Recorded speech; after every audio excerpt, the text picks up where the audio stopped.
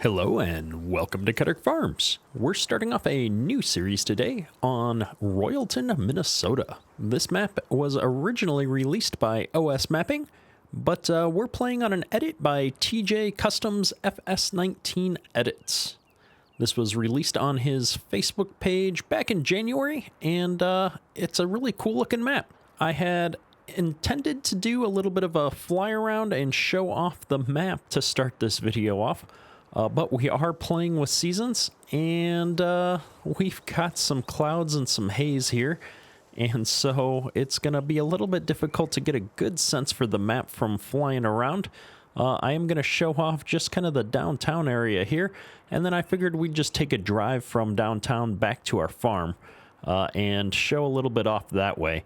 But as you can see, there's an insane amount of detail here. Lots of houses, lots of businesses, especially different sell points and things. We've got a functioning train here, and we've got some absolutely massive fields, as well as some smaller field setups. So we're going to be having a lot of fun checking things out on this map. I think this is a map that's going to take quite a bit to get a chance to experience everything there is to see on this map. I'm just especially impressed by the level of detail here on the map, though, as we fly around. I mean, you've got multiple gas stations in town, so many sell points, lots and lots of houses, and just decoration type items here. And I'm flying around this town, and I have not dropped below 60 frames per second, maybe, high 50s. Everywhere in town here, and so that's really exciting. A lot of times when you have big towns and stuff like this, you experience a lot of lag, so I'm super excited to try this map out. And if you're a regular member on the channel, the other big new thing that we're kind of launching today here is the new logo. So Cutter Farms is going through a little bit of a facelift here. We're updating some logos. We're going to be updating a lot of the different assets around the YouTube page, the Discord, the Facebook page. So stay tuned for more announcements about that.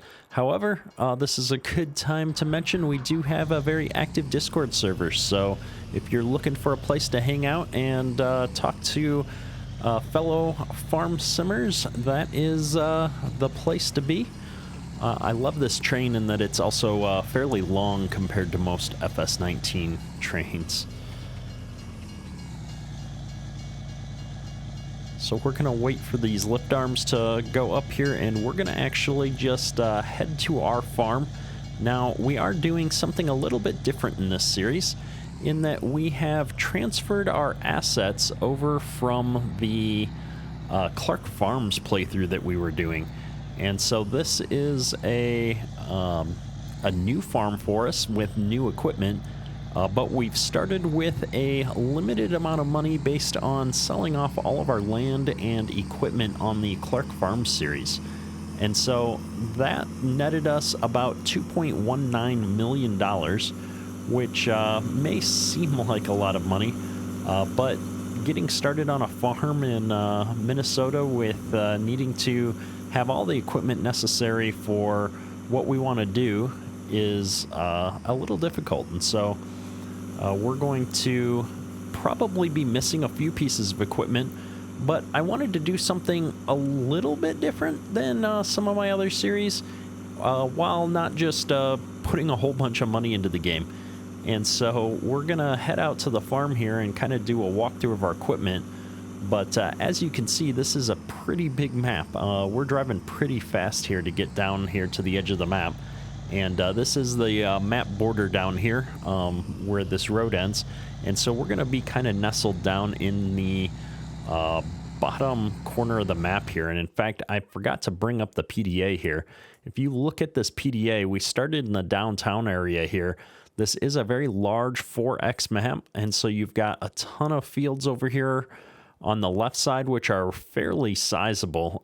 If we just look at, say, like field 6 here, this is a big field, almost 47 hectares, which comes out to be about 116 acres, I think. So, maybe 115 acres since it's a little bit less than that.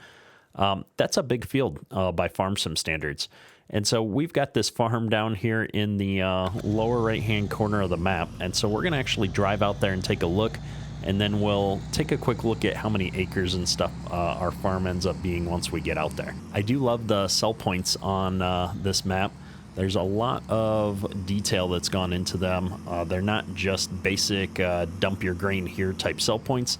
There's a fair amount of extra buildings and accessories and different things that are there. And so we're going to be checking out a few of those as we get going here. Now, this is our farm that we're driving up here by, and so these are our fields on the right-hand side. And so we've got some fairly realistic deep ditches here. Very used to that from my time farming in southern Minnesota. And so as we come up to the farm here, there's a couple of things that I wanted to do. We haven't done them in a Let's Play style, which is we're going to run a little bit of a dairy operation, not a huge one. But we are going to have a few cows. We're starting off with 10 cows right now. And this farm does have a working grain dryer setup. And so Global Company is a required mod for this map. And so we have a Global Company grain dryer and a handful of bins here. And so that's going to work out nicely. We've got a fair amount of sheds on this farm. And this is a default farm. We did not build this one ourselves for a change, and so we're going to use one of the farms that are on the map here. And so we've got a shed with some equipment here, a nice grain truck that we'll be taking a closer look at as we get into harvest. We do have a house with a garage. We've got some big pole barn here that we've got some equipment in. We are going to try and run potatoes on this farm. Which is not uncommon for parts of Minnesota. In fact, I worked on a hog farm where one of the things that we did was we didn't grow the potatoes, but we leased out some fields to somebody else who was growing potatoes. And so we're going to give that a try, see about some of the equipment in the new potato DLC, but probably not use too many of them because they're quite small. And whenever I run one of these series, especially in Minnesota, I tend to go straight to some of the largest equipment. So we're going to actually be using some more mid-sized but modern equipment on this farm. And so we do have a 650 combine here. We've got a Draco corn/sunflower head here. I think we are going to actually try and do some sunflowers, which is something that gets grown in Minnesota. We've got this 7R here, the 7310, and we've got the 2660 vertical tillage tool from the Mod Hub. And so this is going to be our workhorse tractor. This is the biggest tractor we have on the farm at this point. And so I think we're going to be able to do everything we need to do with this tractor, I'm hoping.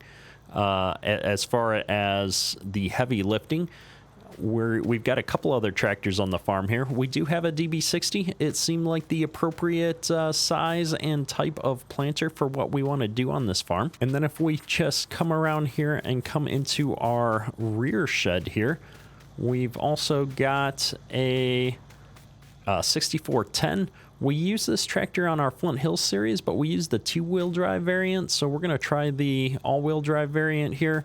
We've got this Farm Aid feed mixer, and this thing is interesting. If I bring up the menu here, you're going to see that for mixing feed, we've actually got some very interesting options here. And so this map has some different mechanics for animal feed than some of the other maps that I've played, and in this case, if I bring up the cell menu here, we can see that those icons represent distillers, as well as we have gluten, cracked corn, dry corn, wet corn, alfalfa, corn stalks, soybean straw, washed potatoes. And so we're going to have some interesting mechanics here for making food with these different types of animal feed mechanics. And so I'm not quite sure how those are going to work just yet. I don't have a lot of experience with that yet, so we're going to be figuring that out as we go. We do have a home topper, I think it's called. Essentially, it's going to chop up the tops of the potatoes so that we can do what we need to do from a harvest perspective. And then since we do have cows, we're going to be doing a little bit of mowing here. So we've got this awesome W260 that I haven't had a chance to use. And so we're going to be using that to cut our hay and see how that goes. And then back here behind our little shed, we've got a 30-foot cutter head as well. So we are doing root crops. We have put in a root crop storage shed here towards the back of the farm to allow us to hold our potatoes. And then up here, we also have a fermenting silo and some storage here. We do have a 6R on the farm as well. This is a 6175R. And this is going to be kind of our mid-tier tractor. It's got a front loader on it. We did buy a handful of hay bales just to get us started with our cows until we can sort out how the feed mechanics work on this map. And then here in the back of behind our silos, we also have a pull-behind John Deere silage cutter, as well as a pickup for hay. And then we've got a nice little forage box here, this Meyer forage box that we're going to be using to do both of our corn silage, get some chaff in here for the cow feed, as well as pick up our hay and figure out what we're going to do to store that. I'm not sure if I'm going to be able to store it in these silos or not, or if I'm going to have to figure something else out for storing the hay. Maybe we'll bale the hay. I'm not sure yet. But I figured we might as well have both options with this pickup until we figure out what we're going to do with it. And then we've got everything set up here. So if I bring up the animal menu for our dairy farm, we've got a whole 10 Holsteins in here that we've gotten started since we didn't want to waste any time. Cows do take a little bit to get going. Dairy cows do especially. So we'll get through most of our first season here before we start producing any milk, but this is going to be fun. I haven't decided yet if we're going to run slurry or give them straw and do manure. We might do a little bit of both just because I haven't done manure much with cows yet. So this is kind of our starting setup. We've probably got a few things missing, and then just to show you guys, we'll deal with those missing things as we go. But we have stayed pretty honest to our finances. And so this is the money that we brought in with us. And as you can see, we've spent more than that. And so we've got about $545,000 worth of debt already. And so we're going to be pushing pretty hard to make a profit on this farm to get started with. I am going to have our soybeans just moved into these bins to make it easier for us to sell those. We did have a number of bushels of soybeans in the bins on Clark Farms that we hadn't had a chance to sell yet. And so while that might be a little unrealistic, we are just going to bring those over onto this farm and get that set up. So with the farm tour out of the way, let's go ahead and bring up the PDA and take a quick look at our farm. And so as I showed off, this map is absolutely huge, and we're going to be starting off in the bottom section of this map here. And so if I just bring up the land purchase menu for a second here, you can see that we bought this land parcel here that is just shy of 19 hectares, which works out to be just a little bit under 47 acres. And that's just the farmland around it. So we have these 5 fields plus this grass area back behind our farm. And then we've also got the farm area here, which has the bins, the harvestor silos, and the dairy barn. And so a good chunk of our money actually went into buying this farmland. And at some point, if we want to expand out into some other things, we've got a fairly big field here across the way from us. We've got a couple of smaller fields down here in the south part of the map that's right next to our farm. And then obviously there's just a ton of fields up here north of us that we could get into that are all pretty close. We've got a wooded area here with a hog barn on it as well if we wanted to get into hogs. This map has a lot of cool mechanics for hogs set up, as well as some really good hog buildings. But we're already doing that on the Flint Hills map. But you can see in the distance there, we've got a really big hog enclosure. So maybe at some point we want to expand into that and do everything.